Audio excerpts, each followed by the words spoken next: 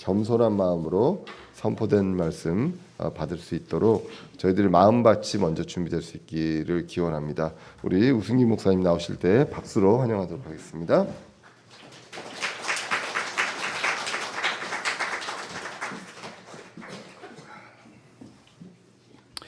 설교하러 나오는데 박수를 쳐주시니까 약간 쑥스럽네요.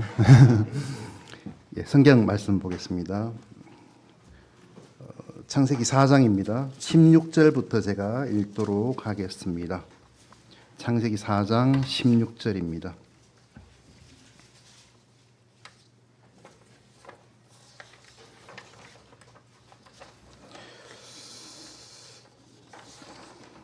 (16절부터) (26절까지) 제가 말씀을 읽도록 하겠습니다.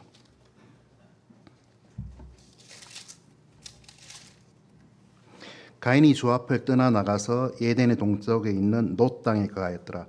그가 자기 아내를 알았더니 그녀가 수태하여 에녹을 낳음에 가인이 한 도시를 세우고 자기 아들의 이름을 따라 그 도시의 이름을 에녹이라 부르니라. 에녹에게 이랏이 태어났는데 이랏은 모이아엘을 낳고 모이아엘은 머두사엘을 낳고 머두사엘은 라멕을 낳았더라. 라멕이 두 아내를 취하였는데 하나의 이름은 아다요 다른 하나의 이름은 실라더라. 아다가 야발을 낳으며 그는 장막에 거하는 자들과 가축을 소유한 자들의 조상이 되었고 그의 형제의 이름은 유발이었는데 그는 하퍼와 오르간을 다루는 모든 자들의 조상이 되었더라. 실라도 두발가인을 낳았는데 그는 녹과 쇠로 된 것을 만드는 모든 장인을 가르치는 자요 두발가인의 누이는 나아마더라. 라멕이 자기 아내들에게 이르되 아다와 실라여 내 음성을 들으라. 라멕의 아내들이여 너희는 내 말에 귀를 기울이라. 내가 내게 상처를 입힌 남자를 죽였고 나를 다치게 한 청년을 죽였느니라.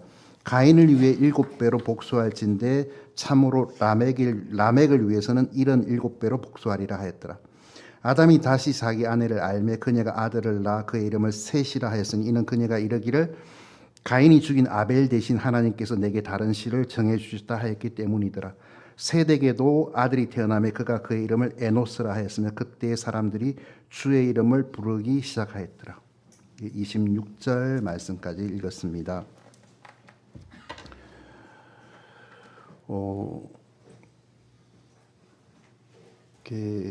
저는 이렇게 전혀 저를 생각해 보면 새벽형 인간이 못 되거든요. 그래서 보통 이렇게 제가 이 장로교회나 이쪽에 목회를 안 한 게 참 다행이다. 새벽 기도회가 있는 교회에 목회를 했다면은 저는 그 시간엔 거의 혼수 상태거든요. 그래서 참 다행이다 하는 그런 마음이 듭니다. 근데 이상하게 뭐 시차가 끝났는데도 오늘은 좀 일찍 눈이 떠져서 한 3시 조금 넘어서 제 인생에 그렇게 이런 시간에 눈을 뜬 적은 거의 없었는데 일어나서 이렇게 뭐 뒤척인 건 아니고 일어난 김에 좀 성경도 읽고 이렇게 좀 목욕 재개도 하고 오늘 위해서 오늘 무슨 말씀을 전할까 또 이렇게 또 생각도 해보고 그러다 보니까 이렇게 시간이 이렇게 또 여러분 만나는 시간이 되었습니다. 아무튼 엄청 반갑고요. 저는 이렇게 독일에서는 이렇게 삶이 좀 어떻게 보면 독일 생활이 좀 단조롭습니다. 그래서 이제 늘 보는 제 아내, 뭐 오래 봐서 지루한 거는 아니지만 그래도 늘 보는 제 아내, 그리고 저희 집 강아지 성질 더러운 치아와 이렇게 그 종류인데 참 성질이 더럽습니다. 그래서 걔하고 이렇게 같이 제 아내하고 늘 산책 나가고 그렇게 살다 갑자기 이렇게 그리고 또 저희 교회 형제 자매들은 다 이제 어떤 분들은 묻습니다. 목사님 교회 한국 분들이 얼마나 많이 나오시냐고 묻는데 그때마다 제 대답은 이렇게 한참 막 세리는 퍼포먼스를 하고 제 아내 외에는 한국 사람이 없다고 그러거든요. 그래서 일단 이제 독일 분들이 참 안타깝게도 한국말을 못 알아들으시기 때문에 독일어로 설교를 해야 됩니다. 그래서 늘 독일어로 설교하고 저희 집 강아지는 이제 독일에서 태어난 강아지지만 독일 말을 못 해요. 한국말밖에 못 알아듣거든요. 걔는요. 참 이상한 강아지죠. 그러니까 유일하게 알아듣는 말은 제가 이제 집에서 이렇게 인터넷으로 설교를 하면은 설교가 시작되자마자 얘는 좀 신앙심이 부족하거든요. 자기 방으로 들어가 버려요. 지루한 표정을 지으면서 자기 방으로 들어가 버려요. 근데 제가 이제 말씀이 다 끝나고 기도함으로 마치겠습니다 하고 아멘 그러면은, 여러분 그런 말 들어보셨죠? 서당계 3년은 풍어를 얻고 목사집계 3년 하면은 이제 아멘 하는 게 뭘 의미하는지 알아요. 총알같이 지방에서 자다가 나와서 놀아달라고 막 짖기 시작하거든요. 굉장히 신령한 개입니다, 걔가. 그런 면에 있어서는. 그래서 아무튼 이게 이렇게 단조로운 생활을 하고 그냥 독일말 쓰는 환경 속에 있다가 1년에 한 번씩 나와서 여러분을 만나서 제 사랑하는 모국어 한국어를 이렇게 말하다 보면은 그때마다 제가 느끼는 건, 아, 내가 약간 조울증 기질이 있구나, 기미가 있구나, 이렇게 너무 이렇게 막 기뻐가지고 막 말이 많아지고 쓸데없는 말도 많이 하고 그러거든요. 그래 혹시 여러분이 제가 설교할 때 엉뚱한 소리를 막 하면은, 아, 좀 상태가 안 좋으시구나 하고 그렇게 생각을 하시면은 맞겠습니다. 오늘은 이렇게 좀 맑은 정신 가운데서 좀 제대로 이야기를 좀 잘하고 마쳤으면 좋겠는데 그게 늘 제 마음대로 안 돼서. 오늘 제가 창세기 4장 16절부터 26절까지 이야기를 읽었는데요. 크게 두 가지 이야기를 하려고 합니다. 첫 번째는 이제 가인의 후손들이, 가인과 그 후손들이 죄를 짓고 하나님을 떠난 인간이 어떤 길을 걸어갔는가, 그 이후에 어떤 삶을 살았는가 하는 이야기를 하게 될 거고요. 두 번째는 거기까지 잘 할는지는 모르겠지만은 약간 좀 여러분 좀 지루하실 수 있는데 신학적인 이야기를, 용어를 사용해서 이야기를 하려고 합니다. 그 이야기는 그 혹시 안 들어보셨겠죠? 그 일반 은총이라고 하는 것에 대해서 좀 이야기를 드리고 싶거든요. 그 두 가지 이야기를 일단은 하려고 계획을 했습니다. 저는 이렇게 성경을 읽으면은 왜 이렇게 여러분이 어떤 뭐 소설을 읽거나 뭐 어떤 그런 책들을 읽으면은 작가가 이렇게 그냥 뭐랄까 이렇게 그 겉으로 말한 내용 말고 행간을 읽어야 된다는 그런 말을 여러분 혹시 들어보셨어요? 들어보셨습니까? 이럴 때는 이렇게 막 격하게 막 고개를 끄덕여서 여러분 조금 있어 보이거든요. 막 그렇게 하세요. 그래서 저는 이제 성경을 읽으면은 이렇게 성경에 기록되지 않은 말씀들이지만 행간이 보일 때가 있거든요. 근데 그게 보여야지 목사를 할 수가 있거든요. 그래서 이제 그런 이야기도 좀 하고 싶습니다. 16절을 보겠습니다. 가인이 주 앞을 떠나 나가서 예덴의 동쪽에 있는 놋 땅에 가했더라. 자, 가인이 아담의 아들이죠. 자, 먼저 이야기를 해봅시다. 인류 최대의 파렴치한 거짓말 중에 하나는 진화론이라는 것입니다. 제가 생각할 때는. 여러분, 진화론 학교에서 들어보셨죠? 예. 그래서 이제 뭘 들어보셨습니까? 뭐 적자생존 이런 거 들어보셨죠? 저도 그 말은 저는 진화론을 신봉하진 않지만은 적자생존이란 말은 좋아하고 공감을 합니다. 왜 그러냐 하면은 제가 뭘 자꾸 잊어버리기 때문에 적는 자가 생존할 수 있다고 이제 그렇게 받아들여서 뭐든지 이렇게 메모를 하고 잊어버리기 전에 적거든요. 그래서 진화론에도 배울 점이 있구나 이런 생각을 합니다. 근데 이제 16절에 보면은 이제 여기서 보면은 자 보십시오. 이런 생각을 한번 해보십시오. 아담이 930세를 살았습니다. 그렇죠? 그럼 하나님이 아담에게서 어느 날 이제 그 깊이 잠들게 하시고 갈빗대를 하나 뽑아서 여자를 만드셨잖아요. 그걸 요새 말로 하면은 마취를 하셨고, 깊이 잠들게 했다는 말은 마취를 했고, 그리고 이제 그 갈비뼈를 뽑아서 이제 그 아내를 만드셨습니다. 근데 돌발 퀴즈입니다. 그때 아담은 나이가 몇 살이었습니까?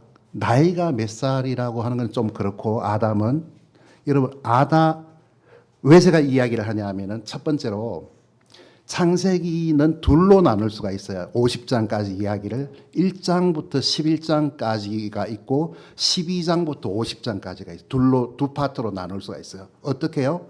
1장부터 11장까지는 인류 공통의 역사예요. 12장부터 50장까지는 히브리인 그 이스라엘 사람들의 역사가 시작되거든요. 그래서 여러분 이제 한번 생각을 해보십시다.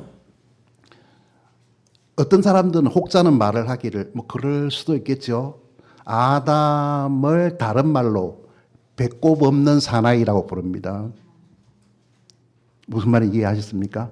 아담은 엄마에게서 엄마 뱃속에 9개월, 10개월 있다가 나온 애라 그러면 아니죠. 나이도 많으신데 사람이 아니고 그냥 하나님이 만들어 창조하셨잖아요. 창조해서 사는데 가을인가 외로워 이러니까 하나님이 아담의 갈비뼈를 하나 뽑아서 여자를 만들어 주셨어요. 자, 돌발 퀴즈입니다. 그때 아담 나이가 몇 살이었습니까? 아담이 아내를 얻었을 때 몇 살이었습니까? 힌트로 성경에는 안 나옵니다. 몇 살쯤 되었을까요? 창조되고 나서 얼마 정도 시간이 지나서 외로워 옆구리가 썰렁해 이거를 느낀 때가 예? 1살 때 예. 가능성이 있습니다. 아니면 6개월 때도 될 수 있고 3개월 때도 있고. 딱 눈을 떠 보니까 아름다운 여인이 서 있습니다. 근데 이 여인을 보자 이는 내 뼈 중에 뼈요 살 중에 살이라 그랬죠. 아마 이렇게 그 수술한 그 뒤끝에 좀 마취가 깨고 나니까 욱신거리고 갈비뼈가 아팠는지 모르겠어요. 아무튼 딱 보자마자 여기서 나왔구나 하고 생각을 했고 혹시 이렇게 갈비뼈를 세어보니까 하나가 가출을 하고 없는 것을 발견하고 이게 그거구나 하고 이제 생각을 했는지도 모르죠. 그러니까 아무튼 아담이 한 3개월, 6개월 되었을 때 하와를 얻게 되고 다시 또 한번 생각해 봅시다. 몇 개월이나 몇 년이 지나서 타락을 했습니까? 힌트는 또 성경에는 안 나옵니다. 그런데 이제 범위를 좁히면은 130세가 되기 전에 타락을 한 게 맞습니다. 왜냐하면 130세 때는 셋을 낳았거든요. 그리고 그 전에 또 130세 전에 가인을 낳고 아벨을 낳고 또 많은 아이들을 낳았어요. 그 사이에. 그럼 그 훨씬 전에 타락을 하고 예덴에서 쫓겨난 거예요. 그리고 예덴에 머문 시간이 아담이 몇 년일까? 여러분 그런 생각 안 해보셨죠? 저는 말했다시피 강아지하고 놀다가 지치면은 얼마나 될까 이제 이런 생각을 합니다.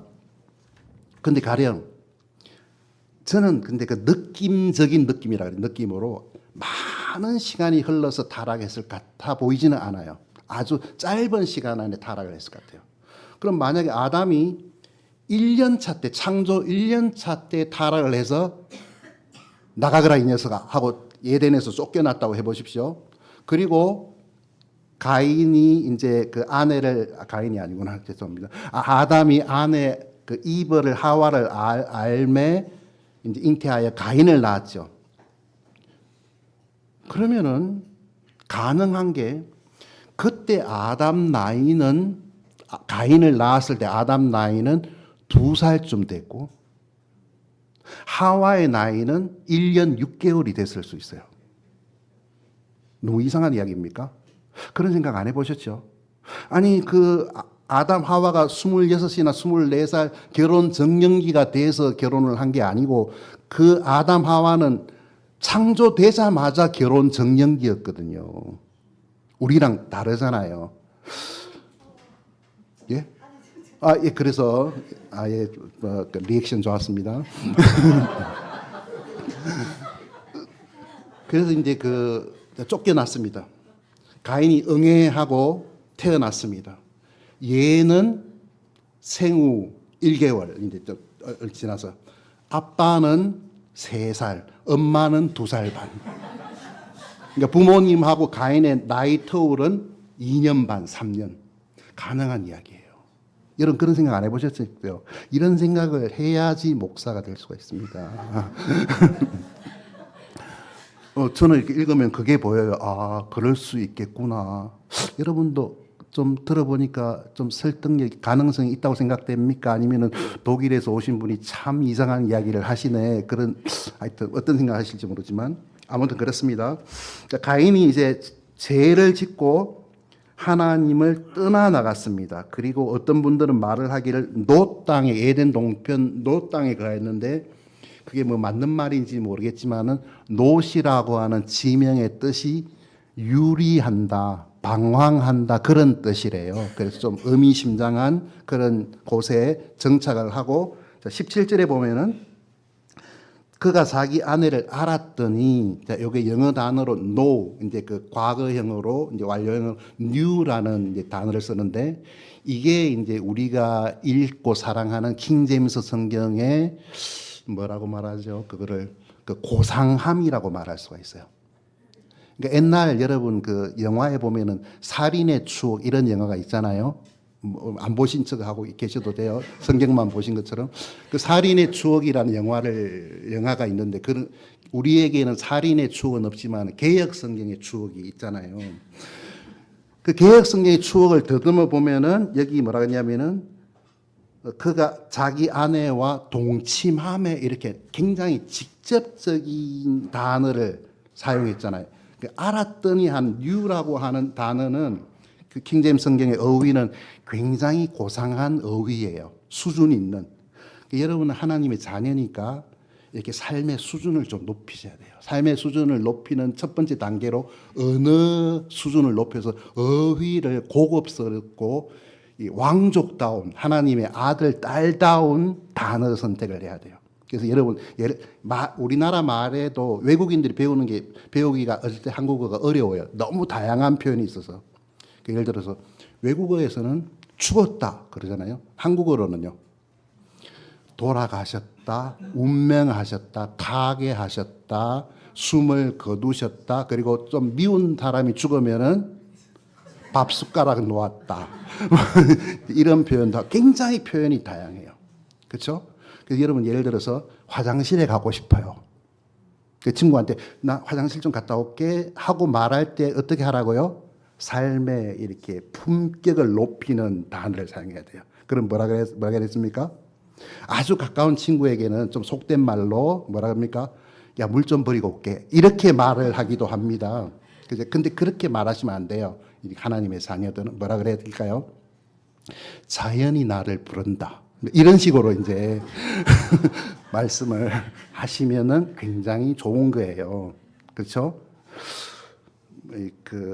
그런데 자기 아내를 알았고 이제 아내가 수태하여 에녹을 낳았어요. 아들을 낳았죠. 그 에녹이라고 이름을 붙였고 그 다음에 17절에 보면 무슨 일을 했습니까? 한 도시를 세우고 자기 아들의 이름을 따라 그 도시 이름을 에녹이라 불렀다 그랬죠. 이런 거를 보고 뭐라 그러냐 하면은 부모가 자기의 욕망을 이루지 못한 욕망이나 한스러운 것을 자식에게 투영하는 그런 모습을 하나님을 떠난 가인에게서 볼 수가 있는 거예요. 좀 이렇게 이것도 좋은 말은 아닌가. 금방 제가 바른 말, 고운 말을 쓰자 그러고 이런 말 쓰면 안 되지만 연식이 있는 분들은 이 광고가 기억나실 거예요. 용각산이라고 하는 게 있었거든요. 아세요?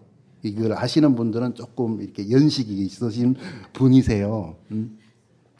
독일 사람들도 이제 젊은 사람들께 서로 이렇게 이야기할 때, 너 몇 년에 태어났어? 이 말을 이제 가까운 사이, 좀 만만한 사이에서는 너 제조 년월이 어떻게 돼? 이렇게 독일 말로 묻기도 하거든요. 그래 연식이 있는 분들은 제조 년월이 조금 오래되신 분들은 용각산 광고를 기억할 거예요. 자, 용각산 광고가 어떻게 됩니까? 사각사각사각 이 소리가 아닙니다. 사각사각사각 요 소리도 아닙니다.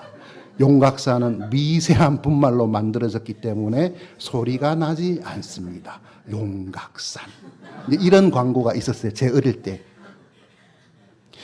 자, 부정으로 이야기를 해봅시다. 여기 도시라는 말이 있어요. 근데 개역 성경의 추억에 의하면은 성이라고 나와요. 그 성. 성하고 도시는 약간 어감이 다르죠. 그렇죠? 여러분 도시라 그러면 뭐가 생각이 납니까? 도시.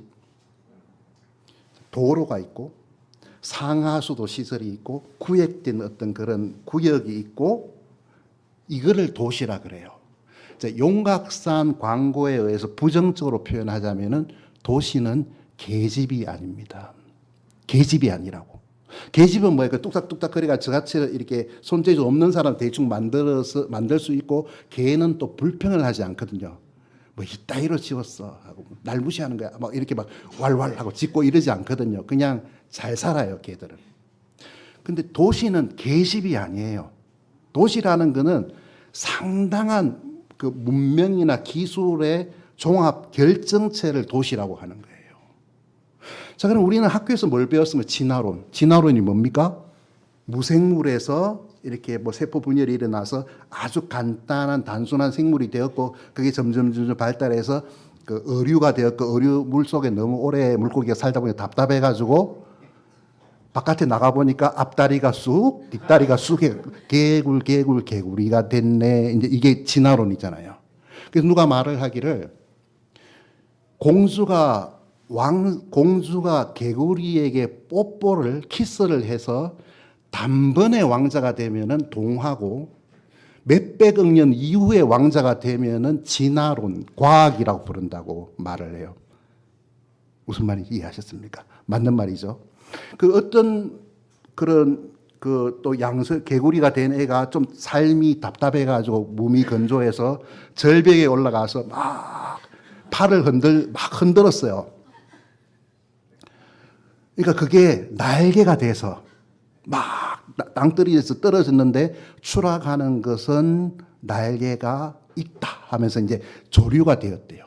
그리고 이제 영장류가 되고 막 그게 진화론이잖아요. 여러분 학교에서 그런 거 배우셨죠? 그거는 근데 순 거짓말이고 인류 최대의 뻔뻔스러운 거짓말이라는 거. 진화론에서 말씀드렸죠. 우리가 받아들일 수 있고 배워야 될 부분은 딱 한 가지.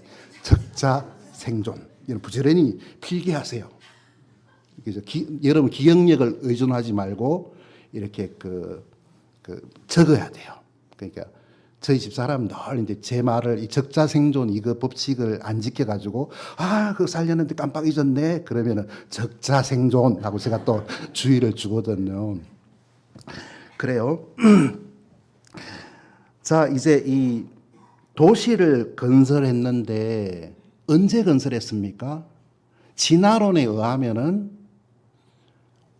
오스트랄리피테쿠스 혹시 들어보셨어요? 오스트랄리피테쿠스 북아프리카에 최초로 등장한 인류 등이 꾸부정한 그러니까 원숭이 같기도 하고 하여튼 그런 인류가 있었죠. 오스트랄리피테쿠스. 요새 사람들은 컴퓨터와 스마트폰을 너무 많이 해가지고 200만 년 전으로 돌아가 자꾸 꾸부정해지는 인류들이 다시 등장하고 있다고 말을 하기도 해요. 50만 년 전 호모 에렉투스 자바인 인도네시아 맞나요? 자바인 북경 원인 그리고 또 뭐가 있습니까?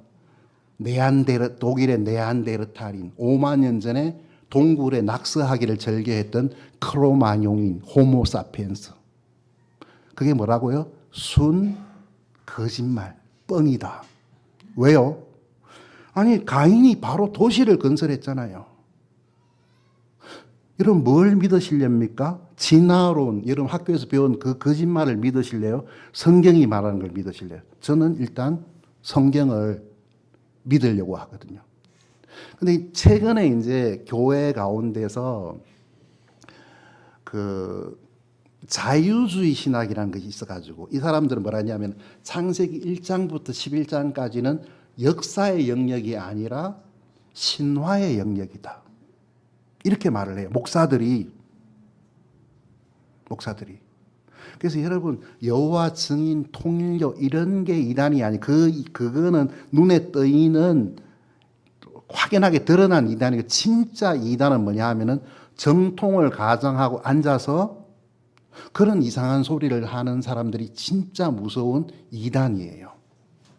바깥에 있는 여호와 성인, 신천지 이런 이단은 별로 위험한 이단이 아니에요. 내부에 들어와서 정통을 가장하고 앉아서 이상한 소리라 성경을 부정하는 이야기를 하는 게 진짜 이단이거든요. 진짜 우리가 조심해야 될 이단이거든요. 자, 이야기를 계속해 봅시다. 자, 그 다음에 에녹이란 도시를 건설 에녹이라고 이름을 지었고, 이랏 18절입니다.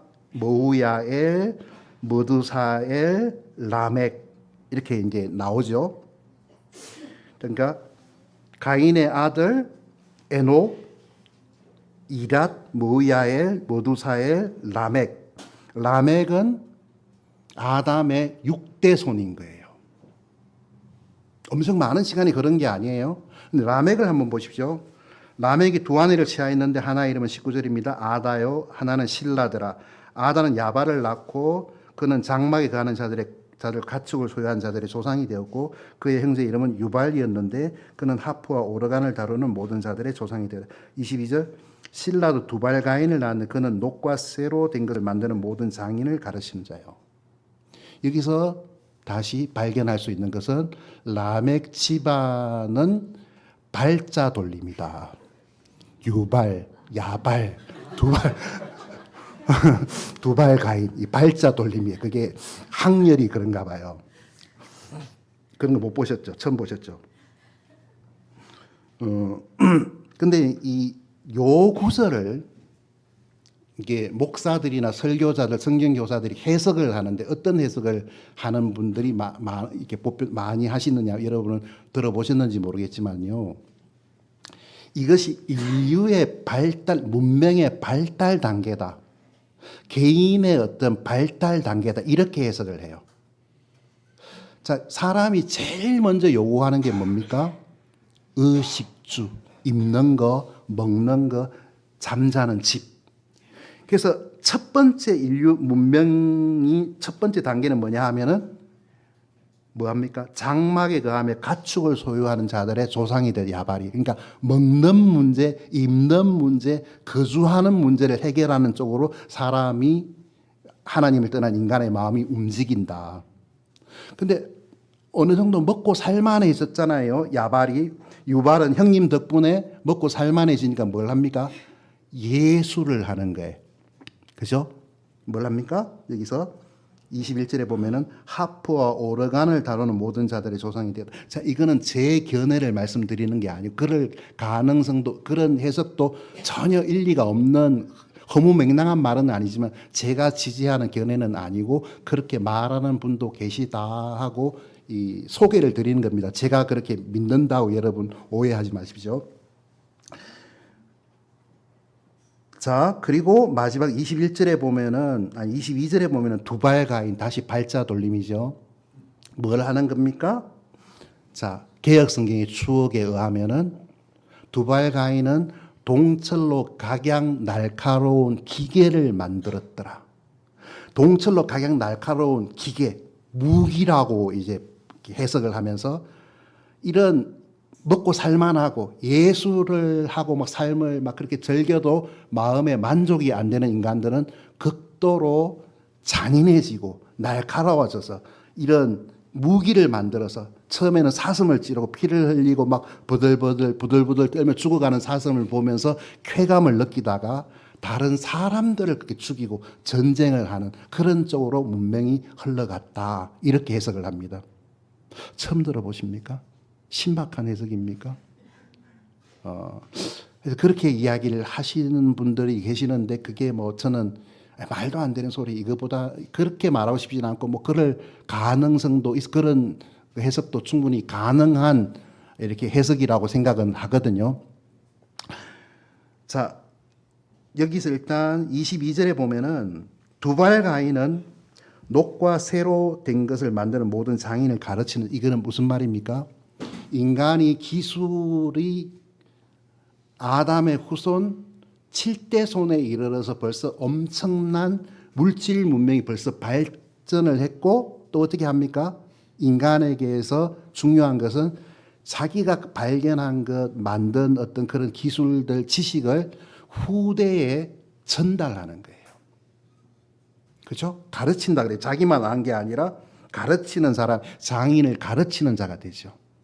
그래서 여러분, 인간이 아담의 후예가 가인이나 가인의 후손 머우야엘, 머두사엘, 이름도 어렵지만 이런 사람들이 얄궂은 그 BYC 메리아스 같은 거 입고 모닥불 피워놓고 오 하고 막 불 피워놓고 춤추고 이런 인류가 아니었어요. 그거는 진화론자들이 말하는 거짓말이고 가상의 소설 같은 이야기고, 이들은 도시 문명을 바로 건설을 하고 상당한 수준의 생활을 했어요.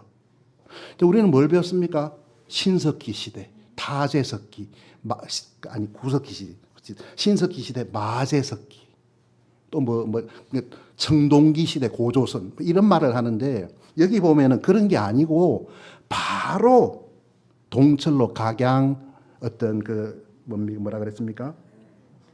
녹과쇠로 된 것을 만드는 장인을 가르치고 기술을 고안하고 기술을 후세대에 전달하는 모습이 나오거든요. 그래서 다시 말씀드리자면은 우리가 학교 역사 시간에, 과학 시간에 배운 것들은 전부 다 아주 고상한 언어로 표현하자면은 뻥이다.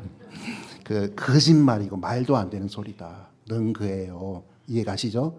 그래서 그런 부분들을 우리가 이렇게 볼 수가 있습니다. 그러면 우리가 이제 이 야발, 유발, 두발가인의 이 시대를 그러면 우리가 어떻게 해석하고 받아들일 수가 있습니까? 자, 두 번째 이야기, 일반 은총이라는 이야기를 제가 좀 드릴게요. 혹시 이 용어를 들어보셨는지 모르지만, 일반 은총을 성경에서 가장 쌈박하게 잘 설명하는 구절이 마태복음 5장 몇 절이더라? 45절인가요? 그게 중요한 게 아니에요. 5장 저 끄트머리에 있습니다. 예수님이 뭐라 그러냐면은, 하나님께서 악인에게나 선인에게나 햇볕을 주시고 비를 주신다는 말이 나와요. 그거를 일반 은총이라 그래요. 자, 인간이 죄를 짓고 하나님을 떠났습니다. 죄를 짓고 하나님을 떠났습니다. 그러면은 그리고 하나님은 그 에덴 동산에 그들을 쫓아내시고 출입 금지하시고 뭘 하셨어요? 불타는 칼과 그 체루빔이라고 하는 어떤 특별한 창조물을 통해서 생명나무의 길을 출입 금지하고 막아 놓으셨어요. 그 에덴 동편에 사는 가인은 다시 사는 것이 어렵고 괴로울 때에 엄마 아빠가 살았던 에덴 동산으로 돌아가고 싶지만은 이렇게 길이 열려져 있지 않고 불타는 칼과 그 체루빔이라고 하는 특별한 창조물이 지키니까 들어갈 수가 없는 거예요. 돌아갈 수가 없는 거죠. 그 에덴 밖에서 이제 살아야 하는 거예요. 가인의 후손들은. 그러면은 이렇게 말할 수가 있습니다. 하나님을 떠나서 에덴에 쫓겨난 인간은 이제 뭘 하면 살아야 됩니까? 삶의 목적이 뭡니까? 우리가 죄를 지어서 하나님으로부터 쫓겨났기 때문에 삶의 목적이 뭐 별거 있나?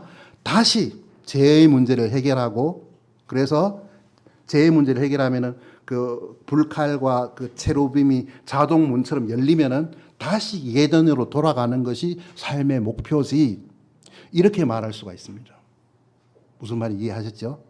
근데 이렇게 회개해도 그 문은 열리지 않기 때문에 이제 당분간이 아니죠. 벌써 6,000년이 흘렀죠. 그 이후에 이 에덴 바깥에서 살아야 돼요.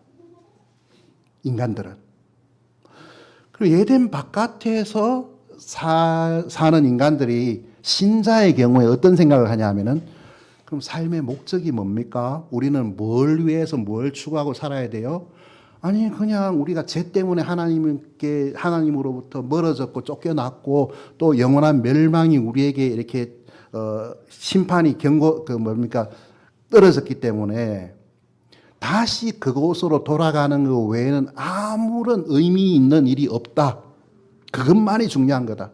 이제 예수님을 믿어서 구원을 받아서 다시 그 에덴으로 돌아갈 수 있는 어떤 자격 요건을 갖추는 것이 인생의 유일한 목적이다. 이렇게 말할 수가 있어요. 무슨 말인지 이해되시죠? 그렇다면은 그 외에는 아무런 중요한 것이 없는가 하고 질문을 할 때는 그게 좀 문제가 있어요. 자, 우리가 믿는 하나님은 나중에 여러분 시간이 되시면은 사도행전 제가 숫자에 약해가지고 이게 제 유일한 약점인데 숫자에 약해가지고 뭐 물론 그것만 약점이겠습니까? 숫자에 특별히 약하거든요. 그 사도행전 17장인가에 보면은 18장인가요? 17장인가요? 하여튼 보면은 바울이 아테네라고 하는 곳을 찾아가서 그 아레오바고 광장에서 설교하는, 우리로 말하자면은 이방인들을 앞에 두고 전도 설교하는 이 설교 본문의 축약본이 사도행전 17장에 기록되어 있어요. 그러니까 아주 훌륭한 전도 설교입니다. 전도 설교의 모범인데요. 바울이 하나님을 소개합니다. 그 이방인 지식인들에게. 하나님은 이 하늘과 땅과 그 안에 있는 모든 것을 창조하신 분입니다. 그 말을 하고요. 그래서 그 하나님은 지금 그 하나님은 당신이 창조한 세상을 섭리하시는 분이다. 다스리고 유지하시는 분이시다. 이런 말을 하고 그분은 다시 오셔서 이 세상을 심판하실 것입니다. 준비를 하세요. 예수님을 통해서 온 세상을 심판하는 날이 올 거고 그 앞에 여러분들도 언젠가 서게 될 건데 그 일을 준비해야 됩니다. 아주 훌륭한 전도 설교를 했어요. 자, 여러분, 하나님께서 세상을 창조하셨죠. 창조하신 이유는 뭘 합니까? 자, 다시 말하자면은 하나님께서 이 성경 66권을 영감을 통해서 성령의 감동을 통해 우리에게 주셨어요. 그렇죠? 보존된 성경을 우리에게 주셨거든요. 그 다음은 뭘 해야 됩니까? 성경을 주시고 나서는 이거를 보존해야 됩니다. 또 한 가지 더 추가하자면은 보존된 성경을 각 나라의 민족의 언어대로 번역하는 과정도 필요합니다. 자, 하나님이 이 세상을 하늘과 땅을 창조하셨고 그 안에 있는 모든 것을 창조하셨습니다. 그리고 나서 뭘 해야 됩니까? 6일간 창조하시고 이제 다 했다 하고 계속 쉬십니까?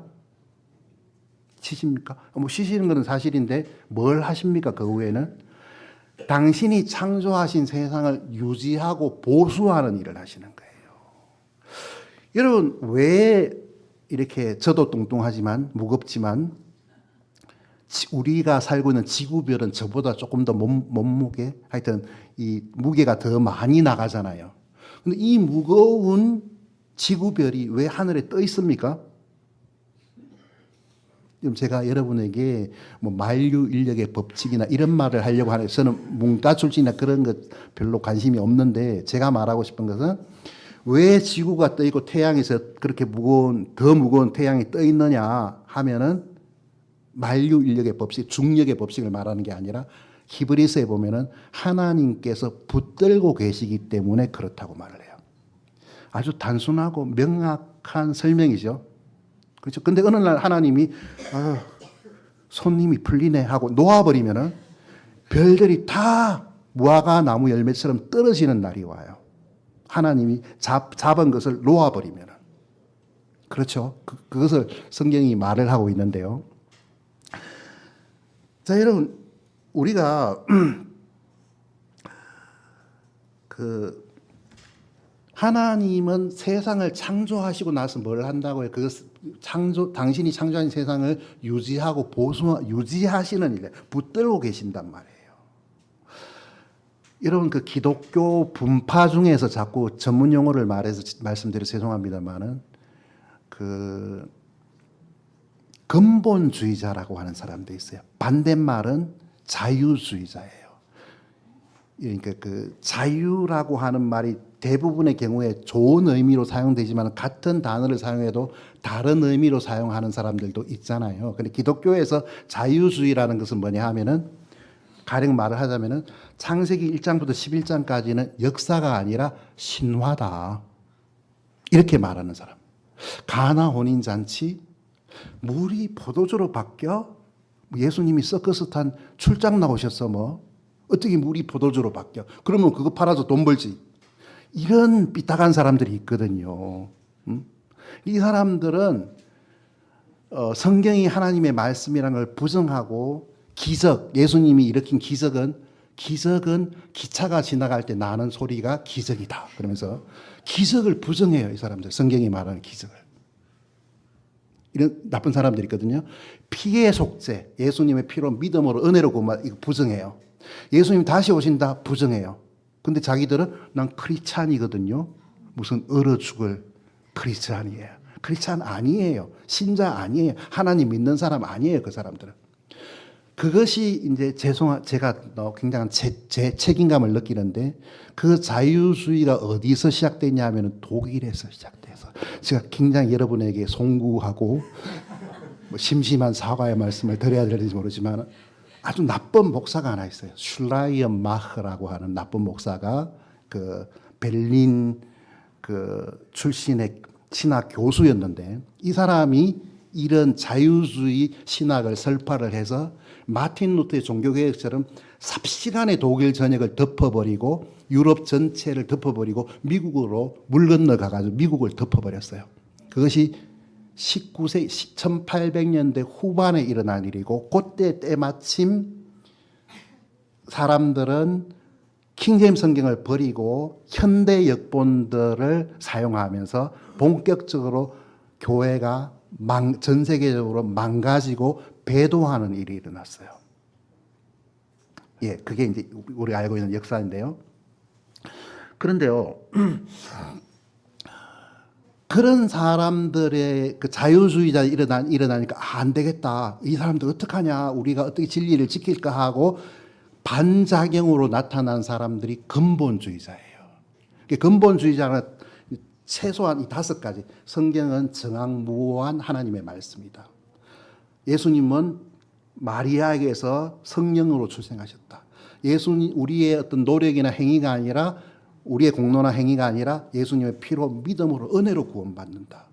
예수님은 그런 죽으셨고 3일 만에 문자적으로 부활하셨다. 다시 오신다. 이런 5가지 사항을 믿고 주장하는 강조한 사람을 자유주의자의 반대의 의미로 근본주의자라고 그랬어요. 나쁜 말입니까? 좋은 말입니까? 아주 좋은 말이에요.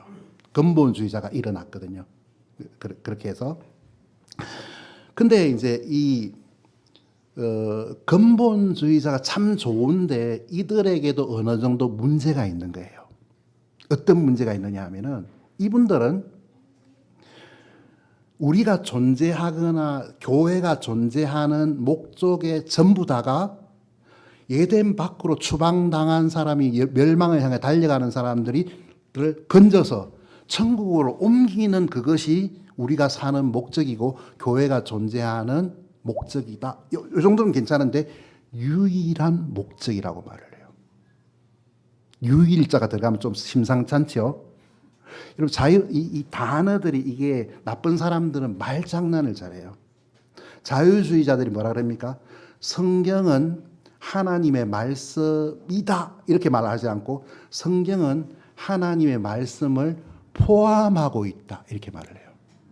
이게 차이가 느껴지십니까? 포함하고 있다. 그래서 이제 독일의 자유주의자들은 그 신학교 나온 목사들은 뭘 배우냐 하면은 에스겔서, 에레미야서 이 성경은 이 선지자들이 이 성경을 기록할 때 정신 상태가 맑지 않았다. 그래서 이 성경 중에서 하나님의 말씀도 포함되어 있지만 굉장히 많은 것들이 이 선지자가 정신 상태가 정상이 아닌 상태에서 한 헛소리들이 많다. 그래서 우리가 그거를 분별해서 가려내야 된다. 이렇게 말을 해요. 그게 자유주의자들이 말을 하는 거거든요. 다시 돌발기서. 우리나라 개신교 기독교회는 자유주의자 이렇게 말하는 사람들의 목회자나 교회의 성도 아니죠. 하여튼 교회 나가는 사람들의 비율이 몇 %쯤 될까요? 전체 개신교 인구를 100으로 하면은 몇 % 정도가 자유주의자일까요? 안 세려봐서 모르겠죠. 여러분이 생각하는 것보다는 훨씬 많아요. 그리고 굉장히 빠른 추이로 늘어나고 있어요. 이 사람들이요. 독일에서 신학을 했잖아요. 제가 살고 있는 독일은 참 좋은 동네, 공기도 맑고 자연 친화적이고 하기 때문에 제가 이제 이렇게 저희 집 옆에 있는 이렇게 떨어져 있는 그 슈퍼마켓에 봄에 가면은 슈퍼마켓 앞에 그 들판에 토끼들이 한 200마리가 나와가지고 장 보러 온 사람들을 구경하러 있거든요. 참 너네들 피곤하게 사는구나 하고 이제 구경하고 있거든요. 굉장히 자연 친화적인 그런 도시들이 많아요, 독일은요. 살기가 좋아요. 사람들도 친절해요. 또 뭐 이렇게 나쁘지 않아요. 이렇게 굉장히 좀 교양이 있는 사람들이 많고 좋거든요. 근데 독일의 신학은요, 심각한 문제가 있어요. 어제 이야기할 걸 다 못해 오늘 이제 또 마저 조금 더 이야기하자면은 독일 신학의 90%는 자유주의예요. 90% 이상은. 에큐메니칼 들어보셨죠? 종교 통합 운동.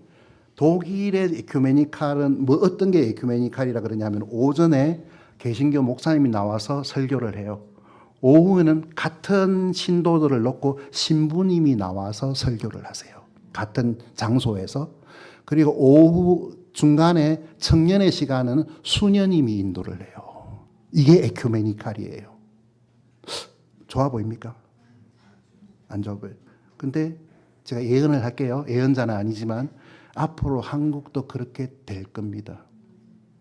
왜 그런지 아세요?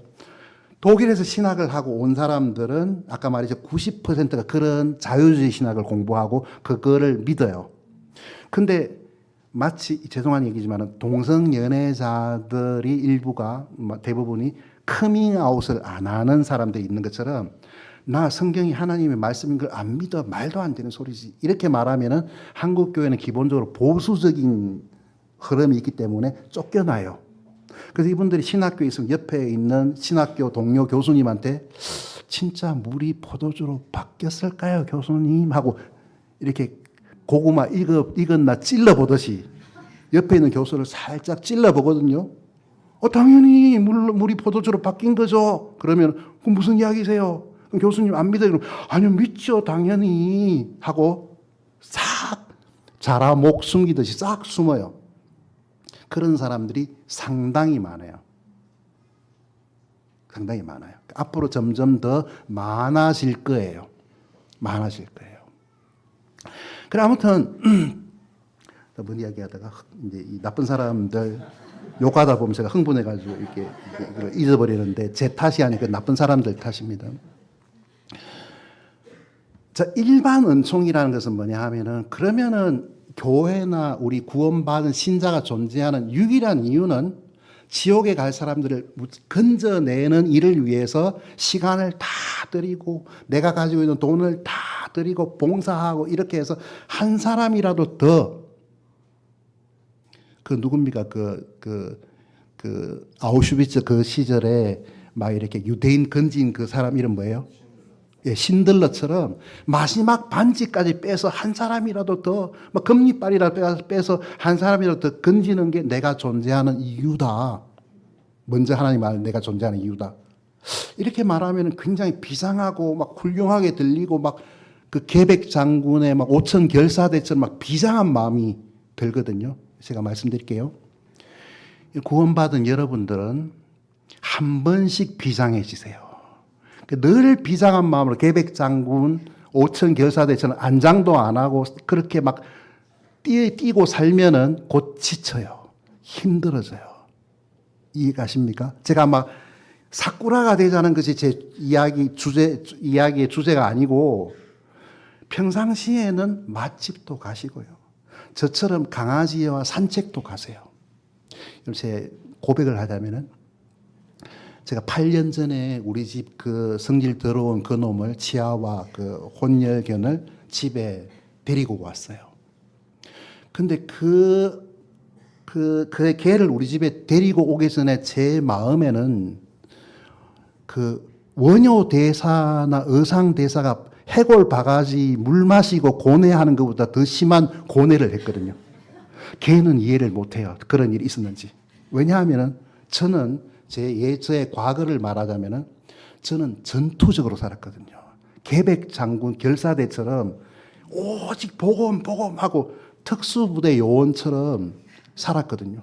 어느 날 제가 소속된 교단에서 독일로 가세요 하고 저를 보냈어요. 보낸 게 아니라 그 공수부대 이렇게 문 열어놓고 엉덩이 팍 차서 떨어뜨리는 것처럼 저를 떨어뜨려 놓았어요.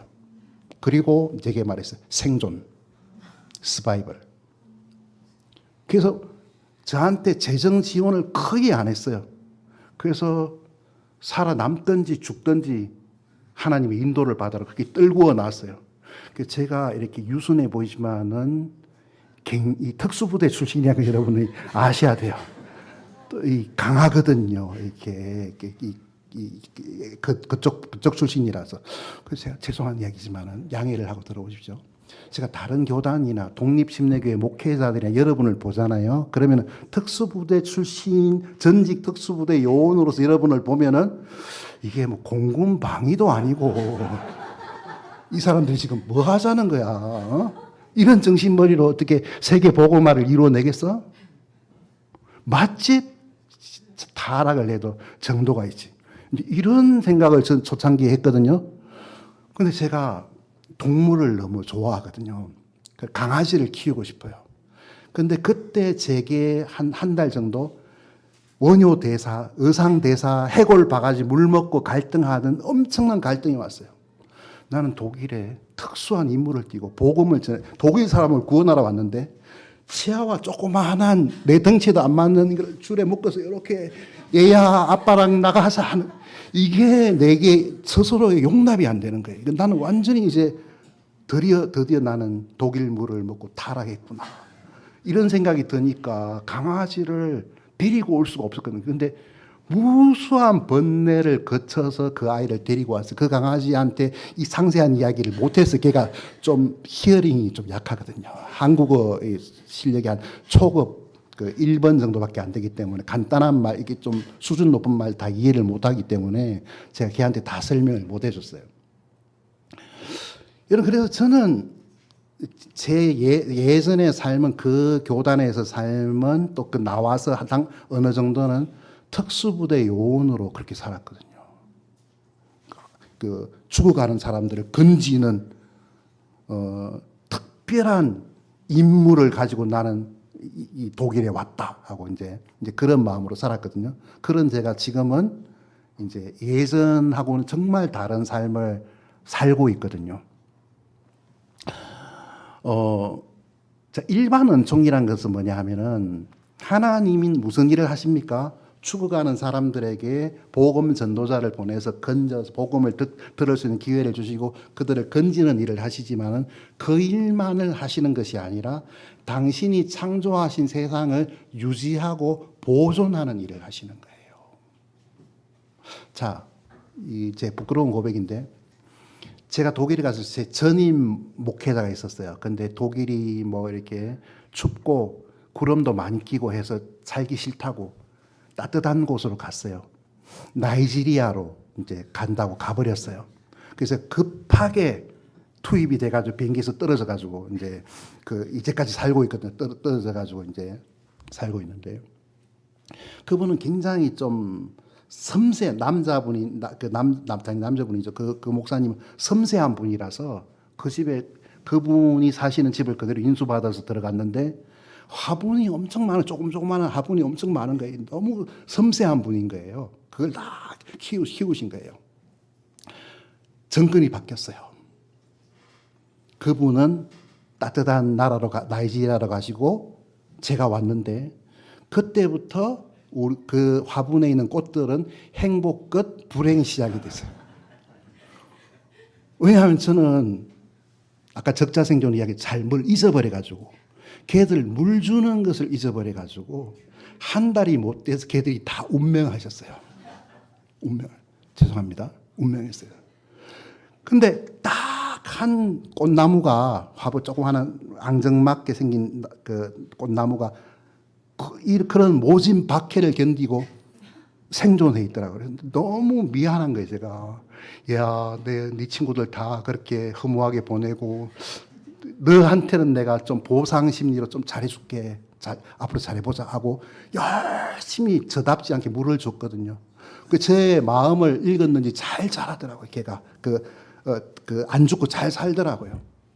근데 어느 날 그렇게 한 달이 지났는데 좀 쎄한 느낌이 들어서 얘가 왜 이렇게 잘 살지 이상하네. 내 인생에 없는 일인데 하고 얘를 이렇게 자세히 봤더니 좋아하더라고요. 다른 꽃나무들은 다 죽어버렸고 진짜 꽃나무들은 좋아인 걔만 살아남은. 저는 그것도 모르고 열심히 막 물을 줬잖아요. 물 필요 없다고 지가 말을 하지. 말을 안 하는 바람에 이제. 그래서 이제 뭔 이야기 하죠? 자, 이제 하나님은 이렇게 사람들을 구원해서 지옥에서 건져서 영생을 주고 구원받는 것을 기뻐하시죠. 누가복음 15장에서 한 사람이 죄인이 돌아오면 하늘에서는 잔치가 열린다는 그런 비슷한 표현도 있잖아요. 근데 한 사람이 돌아오는 죄인 외에는 나는 기쁜 게 전혀 없어. 모든 거는 아무 의미가 없는 거야. 이렇게 말씀하시지는 않거든요. 왜냐하면은 하나님은 사람들을 복음을 듣기 위해서 구원도 하셔야지만은 이 세상의 기본적인 질서나 사회를 보존하셔야 돼요. 그거를 여러분 이해를 하셔야 되거든요. 그거를 이해를 못하면은 어떻게 되느냐 하면은 근본주의, 나쁜 의미의 기독교 탈레반의 길을 갑니다.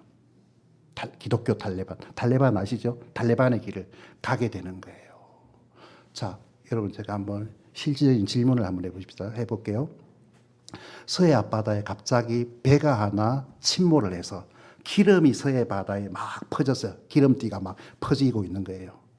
그러면 여러분은 기름띠 제거하는 봉사 가실 거예요, 안 가실 거예요? 너무 어려운 질문인가요? 가실 거예요, 안 가실 거예요? 기독교 근본주의자들은 그런 질문을 받으면 어차피 불타 없어질 세상이야. 이렇게 반응을 합니다. 아시겠어요? 자, 유기견 그 센터에 애들 찾아가서 산책도 시켜주고 밥도 주고 봉사활동 갑니까, 안 갑니까? 갈 수 있습니까? 아니면 쓰잘데없는 일입니까? 기독교 근본주의자들은 복음 전에서 한 사람이 이렇게 믿음을 갖는 일 외에는 모든 것이 아무 개콘에서 옛날에 유행했던 말처럼 의미 없다. 아무 의미 없는 일이라고 그들은 믿어요. 사회 봉사활동이나 사회 참여활동 이런 거 안 합니다. 그거는 타락한 교회나 개인만이 하는 것이라고 생각을 해요. 이해가시죠? 근데요. 자, 조금만 더 이야기합시다. 조금만 참고 들으세요. 점심시간이 조금만 참으면은 점심시간이 올 겁니다.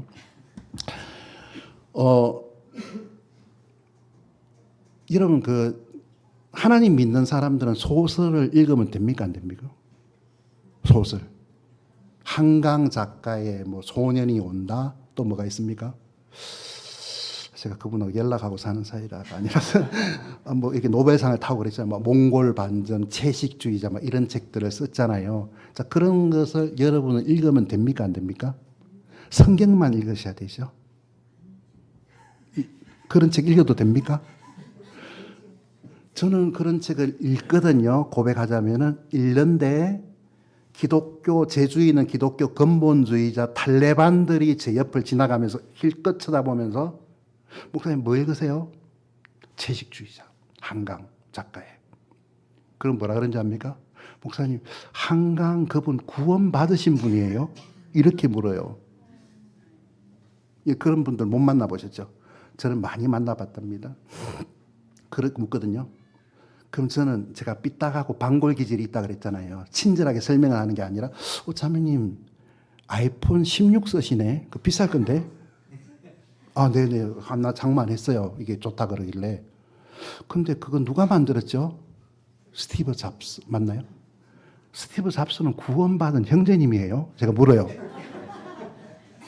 이런 거를 한 방 먹인다 이렇게 표현해요. 아니 자기는 구원도 안 받은 스티브 잡스가 만든 아이폰을 쓰면서 왜 내가 소설을 읽는 것을 문제라 삼아요? 저는 그냥 요 이야기 좀 그냥 이해하고 들어주십시오.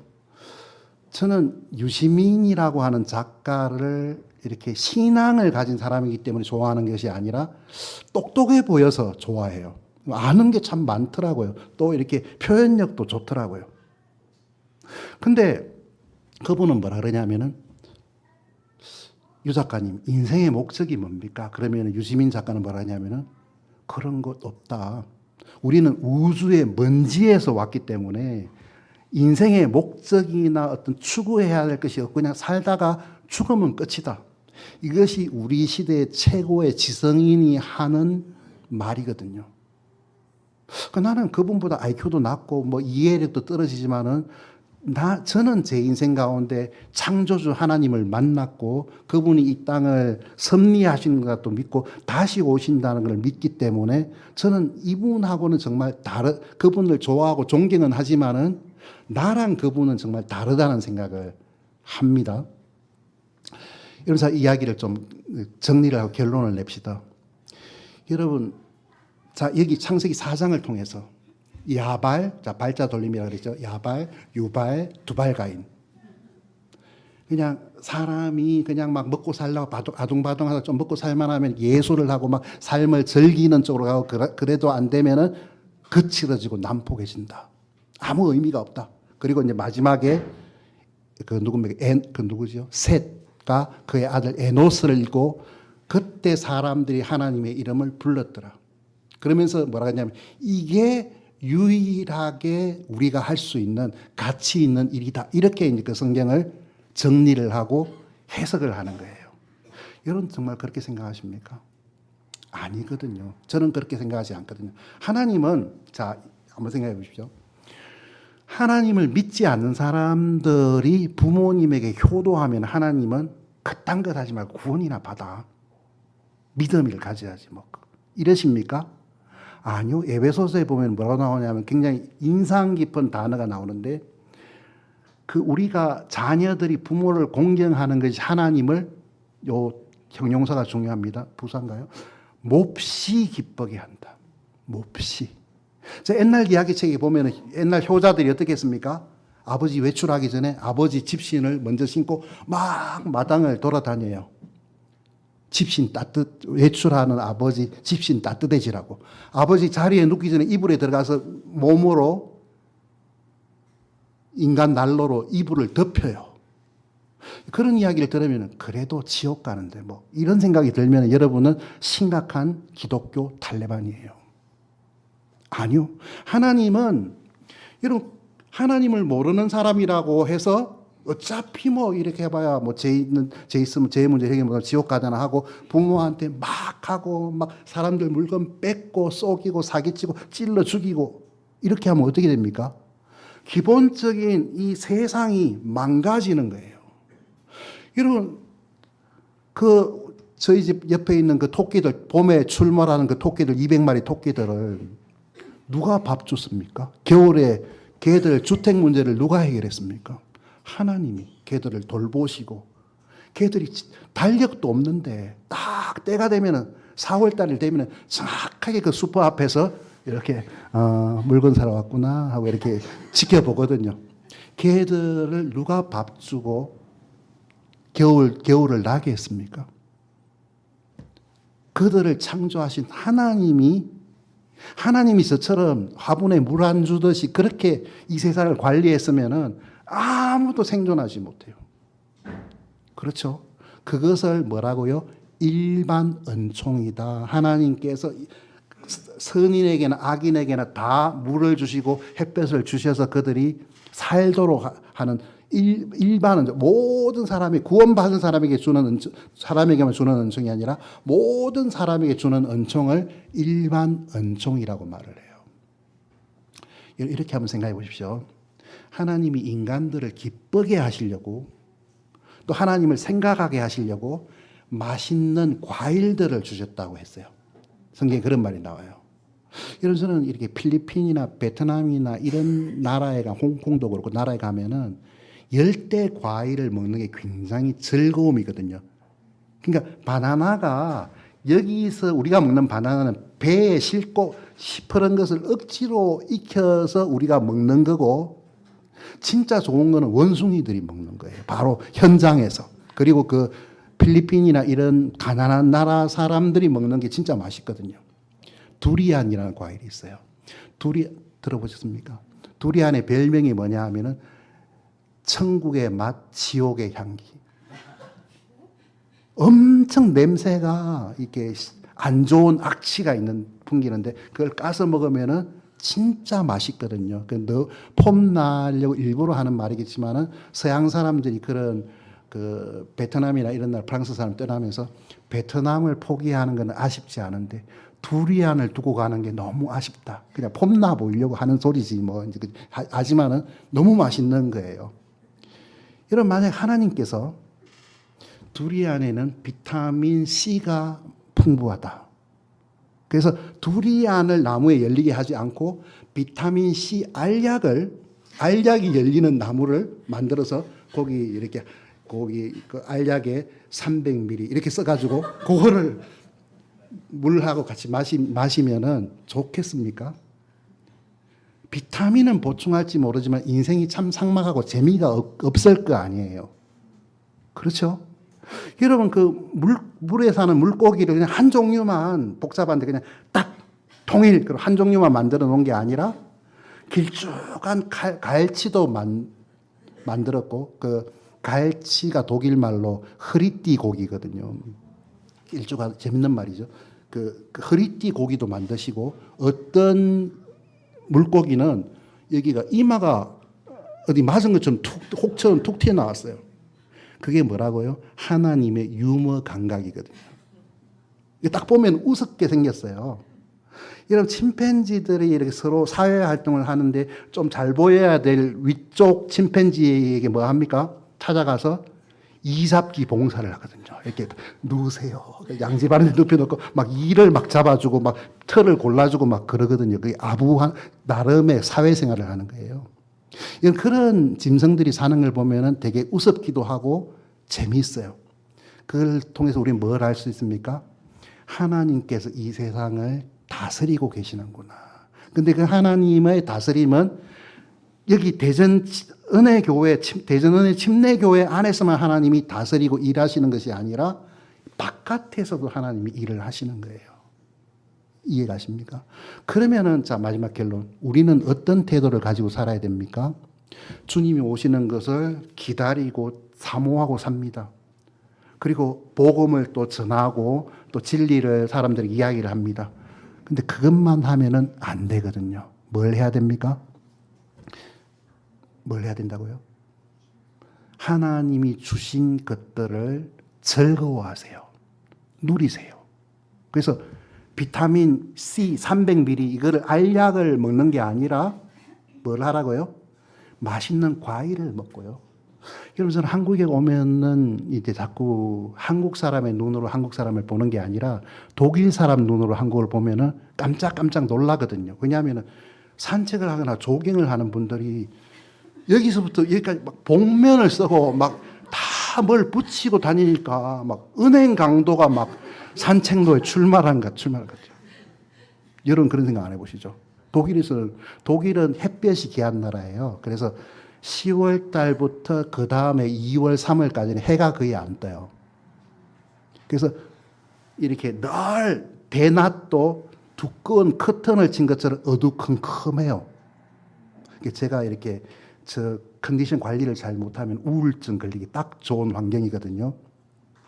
여러분이 이제 기도할 때, 그 독일에 있는 분 이렇게 계속해서 그 체중을 유지하도록 하나님이 은혜를 베풀어 주십시오. 이런 기도도 물론 하셔야 되겠지만은 이렇게 햇볕이 부족한 나라에서 즐겁게 사시라고 그런 기도도 해줘 주셨으면 좋겠어요. 근데요, 한국 사람들은 해가 나면은 막 뭘 뒤집어 쓰고 막 모내기 나가는 사람은 옆에 창이 달린 그런 모자를 쓰고 햇볕을 완전히 차단하고 그 다음 뭘 합니까? 햇볕 부족하다고 비타민 D를 먹거든요. 참 별꼴이야. 근데 하나님이 주신 햇볕을 좀 얼굴 좀 타도 이미 결혼한 분들은 임자가 다 있고 이제 뭐 그저 안전한데 뭐 이게 얼굴 타는 걸 그렇게 걱정하십니까? 그냥 햇볕을 하나님이 내게 이 햇볕을 주시는구나. 마태복음 5장 45절인가? 감사하다. 두리안 너무 맛있다. 이게 그 과일 먹으면은 당이 올라가서 건강에 그런 소리 하지 마시고 그냥 열심히 드세요. 감사하면서. 그래서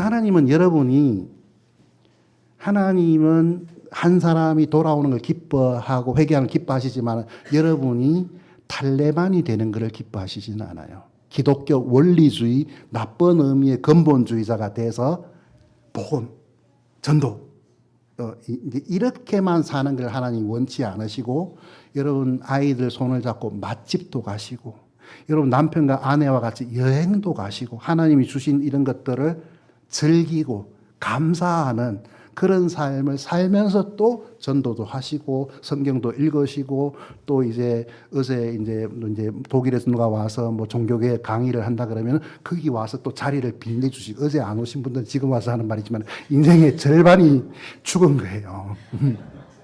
그런데 와서 또 말씀을 듣고 이렇게 막 이렇게 리액션도 하시고 이러면은 하나님이 여러분을 보고 심히 사랑스러워 하실 거예요. 그렇겠죠? 그래서 여러분 이 창세기 4장 16절부터 26절까지 제가 읽고 긴 이야기를 드렸는데 이런 부분들 여러분이 한번 생각해 보셔서 하나님을 떠난 가인의 후예에게 너네 뭐 인생이 별거 있냐? 제 문제를 해결하고 돌아와서 다시 에덴으로 돌아와? 이게 물론 그런 말도 하시겠지만 그게 전부 다가 아니고 에덴 바깥에서 이웃과 더불어 살고 소설을 정말 이 소설이 아름답다. 왜 한강 작가의 소설을 이 문장은 이렇게 다 한 편의 시처럼 아름답지? 이런 것들을 느끼면서 이런 그 작가의 그런 재능을 누가 줬습니까? 하나님이 주셨어요. 이 이야기만 한번 하죠. 여러분 믿으셔서는 안 돼. 또 이 말하고 이게 마지막이라고 계속 또 이야기 할 수 있기 때문에 이런 예전에 이제 서양의 어떤 과학자, 의학자가 매독, 임질, 성병약을 개발해서 그 병을 고칠 수 있게 되었어요. 근데 그 과학자가 엄청 욕을 먹었거든요. 그 나쁜 놈들 나쁜 짓 하다 그 천벌을 받은 건데 그걸 왜 약을 개발해가지고 그걸 고쳐줘. 엄청 욕을 얻어먹었어요. 이런 그 과학자들, 의학자들이 약을, 항생제를 개발하거나 백신을 개발하는 것은 누구에게서 왔습니까? 하나님이 오올리아과 버사라에게 손재주를 주셔서 성막에 들어가는 기구들을 만들게 하신 것처럼 그런 과학자들, 의학자들, 문학가들 이런 사람들을 우리에게 주셔서 홍익인간이란 말 들어보셨죠? 널리 인간 세상을 유익하게 하려는 고운 마음, 좋은 마음을 하나님은 가지고 계시는 거예요. 너네 지옥이야. 이렇게 그 말만 하시는 게 그런 삭막한 분이 아니라 우리를 즐겁게 하시려고 다양한 종류의 과일도 주시고, 얘 물고기들 신상차기를 한번 봐라. 생김새를 봐라. 재밌지? 하고 이렇게 그런 것들도 보여주시고. 그죠? 그래서 하나님은 그런 분이다. 참 좋으신 분이다. 그래서 우리도 너무 신앙심이 투철해서 계백장군 5,000명의 결사대처럼 그렇게 비상한 각오로만 사시지 마시고 이따금씩 한 번씩 비상해지고 대부분의 경우는 제가 멕시코 그 성질 더러운 놈 줄에 묶어가지고 이렇게 산책 가자 나가거든요. 한 번은 얘는 그 예의가 부족해가지고 이렇게 그 전봇대 뭐 기둥 같은 걸 보면 꼭 거기에 영역 표시를 하려고 해요. 그 남자 그 애라 가지고 지나가는 독일 사람 하나가 저를 보고 이 담벼락 선생님 거예요? 묻더라고요. 왜 아닌데요? 그랬더니 왜 걔가 담벼락에 그렇게 오줌도도로 놔두냐고.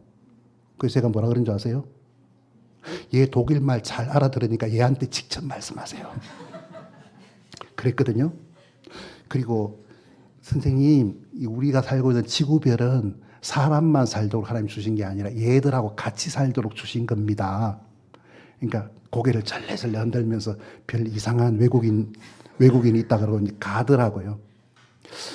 여러분 그래서 하나님은 우리에게 이런 지구별을 주시고 맛있는 과일도 주시고 여러 가지 것들을 주셔서 우리 마음에서 하나님 꼭 예배 시간에 하나님을 찬양하는 것이 아니라 산책하면서 새들을 보고 하나님을 찬양하고 알프스 산 앞에 서서 야 참 아름다워라 주님의 세계를 그러면서 하나님을 찬양하고 영광을 돌리도록 그렇게 사는 삶을 하나님은 기뻐하신다. 그래서 여러분 너무 상망하게 살지 마시고 좀 이렇게 어느 정도 여유를 가지시고 그렇게 사셨으면 좋겠다 하는 그런 이야기를 드리고 싶습니다. 기도하겠습니다. 하나님 아버지 감사드립니다. 오늘 이 시간을 우리에게 주셔서 또 창세기 4장을 통해서 이러한 부분들을 같이 상고하고 또 이 말씀을 통해서 하나님께 예배하고 영광을 돌릴 수 있는 귀한 기회를 주셔서 하나님께 감사하고 영광을 돌립니다. 주님, 저희 교회를 또 인도하셔서 주님 오시는 날까지 또 진리 위에 굳게 서서 성도들이 또 믿음 안에서 자라나고 또 주님으로 말미암아 날마다 즐거워하고 기뻐하는 삶을 살도록 우리들을 축복해 주시게 되기를 기도드립니다. 이 시간을 주셔서 너무 감사를 드립니다. 예수님의 이름으로 기도드렸습니다. 아멘.